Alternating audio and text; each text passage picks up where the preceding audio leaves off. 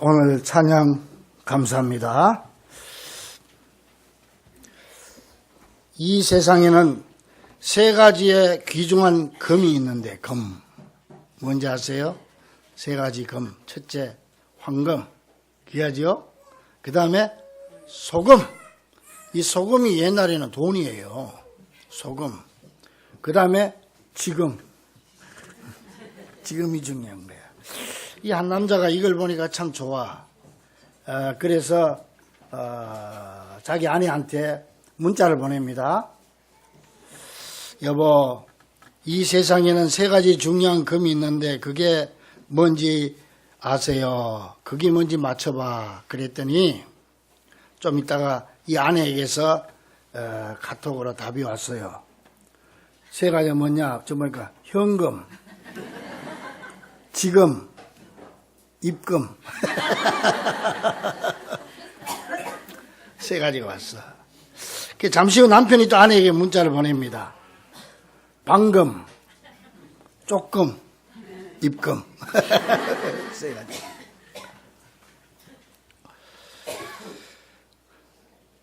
화가 난 아내가 문자로 지금 이게 뭐야? 남편이 또 답장을 보냅니다. 조금 더 참고 기다려봐. 곧 좋은 일이 있을 거야. 여러분, 인생은 기다림입니다. 오늘부터 주님 오심을 기다리는 대림절 혹은 대강절 절기가 시작됩니다. 그래서 이 기간을 우리는 기다림의 기간이다. 그렇게 말합니다. 이 대림절이라고 하는 것은 과거에 오셨고 또 현재 오고 계시고 앞으로도 오실 그리스도를 기다린다. 이게 대림절 혹은 대강절입니다. 좀 더 자세하게 설명을 하면은 이 대림절의 기다림은 네 가지 기다림으로 나눌 수 있는데, 첫째는 구약시대 때부터 수천 년 그렇게 기다려오던 메시아가 2000년 전에 육신을 입으시고 이 땅에 오신 그날을 회상하는 기다림이고, 둘째는 2000년 전에 이 땅에 오신 그리스도께서 그때로 끝나버린 게 아니고 지금도 우리들에게 마음과 삶의 우리의 현장에 말씀과 성령으로 임재해 주실 것을 기다리는 기다림이며, 셋째는 아직도 그리스도를 영접하지 못한 자들에게 주님께서 임재해 주실 것을 간절한 마음으로 기다리는 기다림일 뿐만 아니라, 넷째는 마지막 때에 영광의 주님으로 재림하실 그리스도를 기다리는 기다림. 이 기다림이 바로 오늘부터 우리가 지키는 대림절의 기다림인 것입니다. 과거 이미 오셨고 현재도 성령으로 오고 계시고 앞으로 오실 주님을 기다린다. 그 말이죠. 사실 우리 그리스도인들의 삶은 평생을 기다림 속에 살아가는 삶이라고 볼 수 있습니다. 구약의 성도들이 기다렸지요. 그리고 신약시대부터 지금까지 다시 재림 예수님을 기다리며 살아가는 것이 신앙생활인 것입니다. 17세기의 유명한 지식인이요 스페인의 철학자인 발타자르 그라시아는 이렇게 말했습니다. 신은 회초리가 아니라 시간으로 인간을 단련하신다. 행운은 기다리는 법을 아는 사람에게만 보상해 준다. 행운은 기다림을 아는 사람에게만 보상해 준다. 보이지 않는 성장과 성숙의 증거는 늘 기다림의 맨 끝자락에 놓여 있다. 끝자락에 놓여 있다. 그래서 기다림은 소망이며 기다림은 즐거운 것이고 기다림은 행복인 것입니다. 그러나 기다림이라고 다 같은 기다림이 아닙니다. 우리의 일상생활의 작은 기다림에서부터 행복한 기다림이 있는가 하면 때로는 피하고 싶은 기다림도 있기 때문입니다. 아침에 출근하기 위해서 버스를 기다리는 일상의 기다림에서부터 갚을 길이 없는 빚쟁이의 낙심에 찬 기다림, 형집행을 기다리는 사형수의 절망적인 기다림, 수술 날짜를 받아놓고 기다리는 두려움의 기다림, 이렇게 피하고 싶은 기다림이 있는가 하면 반대로 우리의 가슴을 설레게 하는 행복한 기다림도 있습니다. 결혼 날짜를 잡아놓고 그날을 준비하는 신랑 신부의 기다림, 전역할 날을 손꼽아 기다리는 말년 사병의 기다림, 대학을 합격해놓고 등록금 준비에 시달리는 부모의 마음은 아랑곳하지 않은 채 입학 날짜를 기다리는 철없는 기다림도 있습니다. 어쨌든 이런 기다림은 정말 아름다운 기다림이요, 행복한 기다림인 것입니다. 그런데 이보다 더 크고 중요한 기다림이 있는데 그것이 뭐냐? 바로 신앙의 기다림입니다. 신앙이란 한마디로 하나님의 약속을 믿고 기다리는 것이기 때문에 성경에 나오는 하나님께 복받고 성공한 사람들은 전부가 다 이 기다림에 성공한 사람들임을 우리는 알고 있습니다. 노아는 홍수로 심판하겠다는 하나님의 약속을 받고 미친 사람 소리를 들으면서도 산꼭대기에 방주를 짓고 무려 120년을 기다렸습니다. 만약 이 노아가 119년 기다리고 끝내버렸으면 노아와 그 가족은 아마 구원을 받지 못했을 것입니다. 그래서 끝까지 기다리는 것입니다. 아브라함도 75세에 아들 약속을 받았습니다. 10달이면 끝날 텐데 무려 25년 동안 기다리다가 100세 됐어야 이삭을 얻게 됩니다. 이 아브라함도 만약 24년만 기다렸다면, 그리고 포기했다면 이삭을 얻지 못했을 것입니다. 그래서 우리는 이삭을 약속의 아들이라고 부릅니다. 출애굽한 이스라엘 백성들은 하나님의 약속을 따라 40년을 기다린 결과 가나안에 들어갈 수 있었습니다. 다윗도 시편 40편 1절에서 고백합니다. 내가 여호와를 기다리고 기다렸더니 귀를 기울이사 나의 부르짖음을 들으셨도다. 그는 사울에게 쫓기면서 기다리고 기다렸더니 결국은 주님께서 나를 반석 위에 세워주셨도다. 예수님도 30년을 기다린 후에야 공생애를 시작하셨습니다. 그런데 이 대림절의 기다림은 무엇보다 기다림의 자세가 중요한데, 기다리되 바로 알고 바로 준비해서 바로 기다려야 기다림에 성공할 수 있다는 것입니다. 특별히 이 대림절의 바른 기다림이란 내 시간에 맞춰 내 방법으로 기다리는 것이 아니고 하나님 시간에다 나를 맞춰가지고 하나님의 방법대로 기다리는 것을 말합니다. 오늘 본문에는 기다림에 성공한 사람들이 나오는데 그 사람들이 바로 시므온과 안나라고 하는 선지자입니다. 25절에 보니까 예루살렘에 어렵고 경건한 시므온이라고 하는 사람이 있으니 이스라엘의 위로를 기다리는 자라. 이스라엘의 위로를 기다리는 것은 메시아를 기다렸다는 거예요.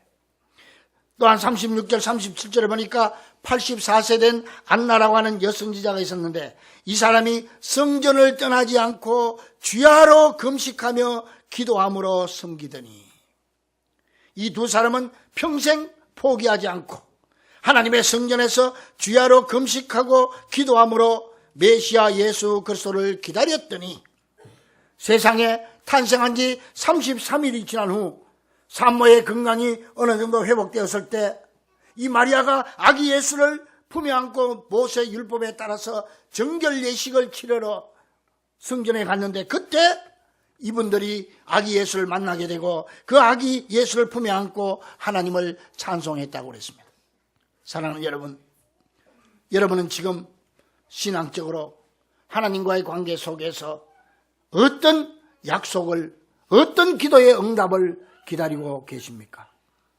그 기다림이 하나님의 뜻 안에서 기다리는 기다림이라면 내 마음에 그 약속을 심어주신 분이 예수님이라는 사실을 굳게 믿고 시몬처럼 안나처럼 끝까지 낙심하지 말고 기도함으로 그 기다림에 성공할 수 있기를 우리 주 예수 그리스도 이름으로 간절히 축원합니다. 그렇다면 우리는 오늘부터 이 4주 동안 이 대림절을 어떻게 기다려야 할까요? 어떤 자세로 기다려야 될까요? 먼저 우리가 기다리는 분이 누구인지를 확실히 알고 기다려야 됩니다. 여러분 지금 4주간 동안 기다리는데 대림절 주님 오실 주님을 기다리고 있는데 그분이 누군지 바로 알고 기다려야 된다는 말이에요. 내가 기다리는 사람이 누구인지 어떤 사람인지도 모르면서 무턱대고 기다린다면 그것은 정말 어리석은 일이고 또 그 기다림에 성공할 수도 없을 것입니다. 그러면 우리가 지금 기다리는 그분은 어떤 분입니까? 바로 하나님의 아들 예수 그리스도이십니다. 그러면 예수 그리스도가 누굽니까? 여기에 대한 대답이 빌립보 2장 6절에서 8절에 자세히 나와 있는데 그는 근본 하나님의 본체시나 하나님과 동등됨을 취할 것으로 여기지 아니하시고 오히려 자기를 비워 종의 형체를 가지사 하나님과 같은 분이지만은 그걸 다 비워서 저 아래 종의 형체를 가지사 사람들과 같이 되셨고 사람의 모양으로 나타나사 자기를 낮추시고 죽기까지 복종하셨으니 곧 십자가에 죽으심이라. 그러니까 우리가 기다리는 예수님은 원래 창조주 하나님의 본체였지만은 그 모든 자리를 다 내려놓고 피조물인 인간의 몸을 입고 이 땅에 오신 분이라는 말입니다. 우리가 지금 그분을 기다리고 있는 겁니다. 시골에서 올라오는 아저씨를 기다리는 게 아닙니다. 하늘에서 내려오시는 하나님의 아들 예수 그리스도를 기다린다는 사실을 우리는 잊어서는 안 됩니다. 그러면 이 귀하신 분이 이 땅에 왜 오셨기에 우리가 정성을 다해서 기다려야 합니까? 바로 나를 구원해 주기 위해서 오셨기 때문입니다. 나를 위해서 오셨기 때문에 할렐루야. 사실 우리는요 하나같이 죄로 인해서 죽을 수밖에 없는 사탄의 종이 돼가지고 굴비처럼 엮여가지고 지옥으로 끌려가는 불쌍한 존재들이었어요. 그냥 두면은 영원히 죽을 수밖에 없는 그런 존재들입니다. 이런 우리를 하나님께서 불쌍히 보시어서 구해주시고 사탄의 사슬을 풀어서 영원한 천국으로 인도해 주기 위해서 하늘 영광 보좌를 다 버리시고 친히 인간의 몸으로 이 땅에 오신 것입니다. 그래서 우리는 이 대림절 기간에는 더욱 그 놀라운 사랑, 그 파격적인 그 사랑을 깨닫고 정성껏 준비하고 기다려야 되는 것입니다. 성자의 귀한 몸, 누구를 위하여? 날 위하여 버리신 그 사랑 고마워라. 믿습니까? 날 위하여 오셨기 때문에 기다리는 겁니다. 그러면 그분 예수님이 어떤 방법으로 우리를 구원해 주셨습니까? 한마디로 날 위해 십자가에 대신 죽어주심으로 우리를 구원해 주셨습니다. 그냥 나를 조금 도와줘가지고 구원시킨 게 아닙니다. 조금 희생해서 우리를 구원한 게 아닙니다. 나 대신 죽어주심으로 여러분과 나를 살려주신 분입니다. 그러기 위해서 이 땅에 오신 분입니다. 골로새 1장 13절 14절 보니까 그가 우리를 흑암의 권세에서 지옥으로 끌려가는 마귀 사탄의 사슬에서 건져내사 그의 사랑의 나라로 옮기셨으니, 이게 뭐냐, 우리를 지옥 백성에서 천국 백성으로 이민시켰으니 그 말이에요. 그 아들 안에서 예수 그리스도를 믿는 그 믿음, 예수 안에서 우리가 속량 곧 죄사함을 얻었도다. 속량이라고 하는 거는요, 사탄에게 끌려가는데, 사탄의 노예가 돼가 끌려가는데 우리에게 정당한 대가를 지불하고 노예를 샀다는 거예요. 노예를 돈 주고 사니까. 하나님이 우리를 사탄에게서 뺏은 게 아니고 정당한 대가를 지불하고 우리를 샀다는 거예요. 그래서 고린도전서 6장 20절에 보니까 너희는 값으로 산 것이 되었다. 값으로 산 것이 되었으니 그런즉 너희 몸으로 하나님께 영광을 돌리라고 그랬고, 고린도전서 7장 23절에 너희는 값으로 사신 것이니 사람들의 종이 되지 말라고 그랬습니다. 하나님은 우리를 샀다는 거예요. 이 땅에. 뭘 주고 샀어요? 돈을 주고 샀습니까? 무슨 값을 지불했다는 거예요? 예수 그리스도의 십자가의 피값을 지불하고, 피로 값을 지불하고 우리를 샀다는 거예요. 우리의 생명이 돈으로 해결될 문제가 아니기 때문에 예수님의 어떤 다른 방법으로도 우리를 구원하고 우리를 살 수 없기 때문에 우리의 가치가 그만큼 크기 때문에 우리 주님은 당신이 대신 죽어주심으로 피로값을 지불하고 우리를 샀다는 거예요.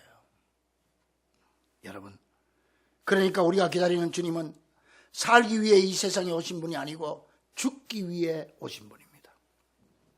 그래서 그 십자가의 피로 우리 죄값을 지불하고 사탄으로부터 우리를 사서 천국 백성이 되게 하시기 위해서 이 땅에 친히 오셨다는 사실을 기억하고 그분의 오심을 정성을 다해 준비하는 성도들이 되기를 간절히 축원합니다. 날 위해 죽기 위해서 오신 그분입니다. 보통 사람이 아니고 하늘 하나님께서 날 위해 죽으시기 위해서 오신 날이에요. 그래서 예수님은 이 땅에 오셔서 십자가에 달려 그 피로 우리 죄를 다 씻어주신 것입니다. 우리를 사탄에게서 샀으니 우리의 죄가 얼마나 많습니까? 죄투성입니다. 안팎으로 죄투성입니다.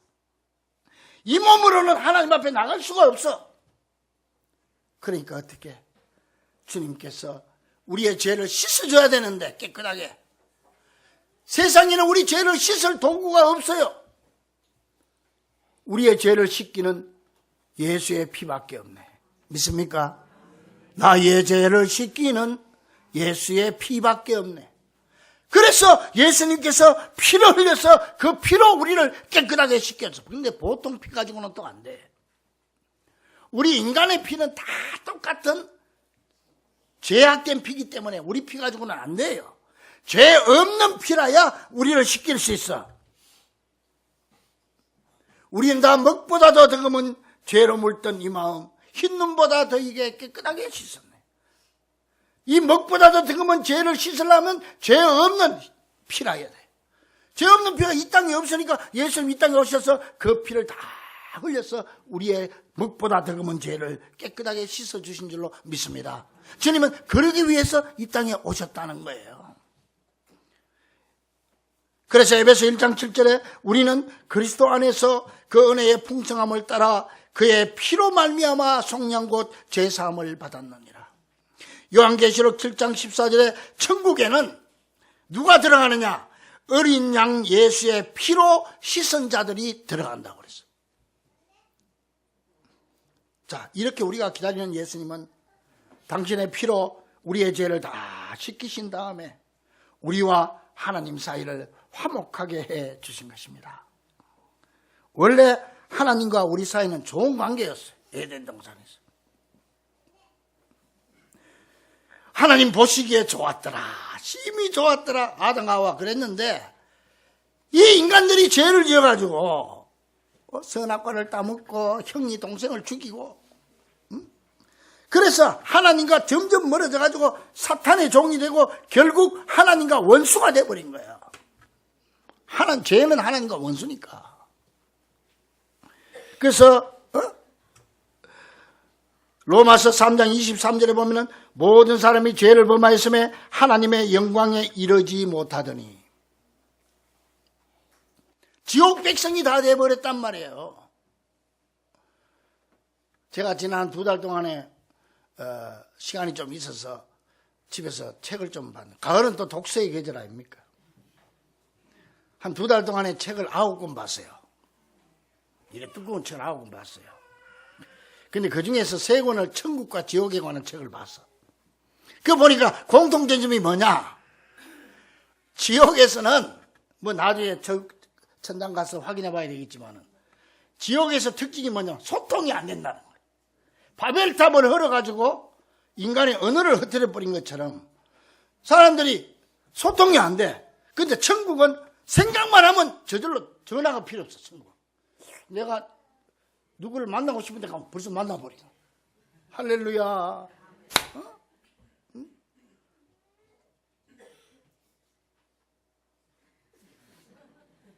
김건영 집사 이리 와봐. 됐어, 들어가. 우리가 천국이야. 왜? 소통이 되잖아. 소통이 되잖아. 교회가 천국이 되려면 소통이 돼야 돼. 가정이 소통이 돼야 돼. 근데 불통이 돼버리면 지옥이 돼버린 거예요. 이게 특징이더라고. 그래가지고 만약에 여기가 우리가 지옥 사람 같으면 김건중 집사 이리 와 그러면은 김 집사가 딴 짓을 한다, 딴 말 한다. 서로 말을 못 알아듣는다니까. 말을. 근데 확실히 우리는 천국 백성이에요. 응? 그래서 하나님과 원수가 돼버린 거 아니에요. 이런 우리와의 관계를 회복시키기 위해서 예수님께서 이 땅에 오셔서 십자가 지심으로 한 손은 하나님 잡고 한 손은 우리 손 잡고 화해를 시킨 거예요. 그래서 이게 십자가예요. 그래서 그 피로 다 죄를 씻은 다음에 하나님과 관계를 회복시켜 준 줄로 믿습니다.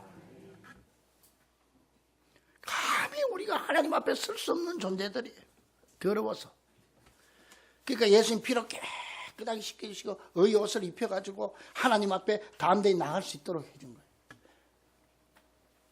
예수님께서 골고다 언덕에서 십자가에 못 박혀 돌아가셨는데 예수님이 골고다에서 십자가에 돌아가실 때 전혀 골고다하고 관계없는 예루살렘 성전, 저 멀리 떨어진 예루살렘 성전에 있어 이상한 일이 일어난 거예요.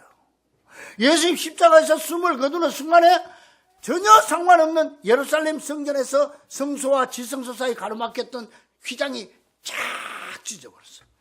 이게 위에서 밑으로 찢어버렸어요. 밑에서 위로 찢었으면 사람이 찢었다고 해서 찢을 수도 없어요. 이만큼 두꺼운 카펫 실 같은 걸로 두꺼운 걸로 짰기 때문에 못 찢는데 이게 찢어버리면 전혀 상관없는 게. 왜 그랬어요? 예수님이 십자가 지심으로 우리로 하여금 하나님 앞으로 갈 수 있는, 담대하게 갈 수 있는 길을 열어주신 줄로 믿습니다.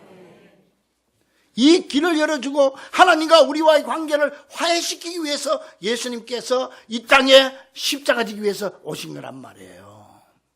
그래서 에베소 2장 16절에 보니까 원수된 것을 십자가로 소멸하시고, 골로새 1장 21절에 전에 악한 행실로 멀리 떠나 마음으로 원수가 되었던 너희를 이제는 그의 육체의 죽음으로 말미암아 화목하게 하사. 죽음으로 말 화목하게 하사. 그래서 우리는 예수님을 화목제물이라 그렇게 부릅니다. 로마서 3장 25절에 이 예수를 하나님이 그의 피로서 믿음으로 말미암는 화목제물로 세웠다고 그랬고, 골로새 1장 21절에 십자가의 피로 화평을 이루사 그로 말미암아 화목하게 되기를 기뻐하심이라. 믿습니까? 그래서 우리에게 죄로 말미암아 다 소멸되었던 천국 시민권을 복원시켜 주시고 우리를 하나님의 자녀로 삼아 주셔서 우리가 하나님을 감히 아버지로 부를 수 있게까지 해 주신 것입니다. 그래서 우리를 양자로 삼아준 거예요, 하나님께서. 그래서 여러분 지금 하나님을 뭐라고 불러요? 아버지라고 부릅니까? 아저씨로 부르는 사람 있어요, 아저씨. 하나님 아저씨 감사합니다. 형님. 다 아버지입니까? 어떻게 우리가 하나님을 아버지로 부를 수 있어요? 예수님이 십자가의 피로 깨끗하게 씻겨주셔서 우리로 하여금 하나님과 화해를 시켜줬기 때문에 우리가 감히 하나님을 아버지로 부를 수 있는 거예요. 할렐루야. 이걸 위해서 오셨단 말이에요. 그분을 우리가 지금 기다린다는 거예요. 그래서 하나님은 우리를 당신의 양자로 삼아줬어요. 양자. 그러니까 우리가 아버지라고 부르지. 이 양자라는 말은 법적 용어입니다. 법적으로 양자의 호적에 올렸다 이 말이에요, 우리를. 그래서 로마서 8장 15절에 너희는 다시 종의 영을 받지 아니하고 사탄의 영을 받지 아니하고 양자의 영을 받았으므로, 따라합니다, 우리가 아빠 아버지라고 부르짖느니라. 아빠라고 부르, 아빠 하나님을. 그러니까 우리가 하나님을 아빠 아버지라고 부를 수 있는 자격을 다시 허락해 주시기 위해서 십자가에 엄청난 대가를 지불하시려고 예수님이 친히 이 땅에 오셨다는 말입니다. 그래서 우리는 과거에 오셨고 지금도 오고 계시고 다시 오실 그분을 마음 깊이 맞을 준비를 하고 기다리는 것입니다. 사랑하는 우리 중보 가족들이여, 우리 예수님은 이 일을 이루기 위해서 하늘 영광 보좌를 버리시고 이 세상에 오신 것입니다. 영죽을 나를 살리고 대신 십자가에 죽으시기 위해서 오셨다는 말입니다. 영죽을 나를 살리려 그 영광, 하늘 영광 떠나서 그 부끄러운 십자가 날 위해 지셨네. 날 위해 지셨네. 이 놀라운 사실로 말미암아 우리가 새 생명을 얻게 된 줄로 믿습니다. 나 이제 생명 있으면 주님의 은혜요. 나 이제 생명 있으면 주님의 은혜요. 저 사망 권세 이기니 큰 기쁨 넘치네. 큰 기쁨 넘치네. 할렐루야. 여러분, 그렇습니다. 이 예수 그리스도로 말미암아 우리가 구원을 받고 새 생명을 얻게 되었으니 어느 해보다 금년 대림절 기간에는 이 사실을 분명히 깨닫고 시몬과 안나처럼 정성을 다해 준비하고 기다림으로 내 마음에 임재하시는 주님을 반드시 체험하는 귀한 성도들이 되기를 주의 이름으로 간절히 축원합니다. 기도하겠습니다. 하나님 감사합니다. 이 벌레만도 못한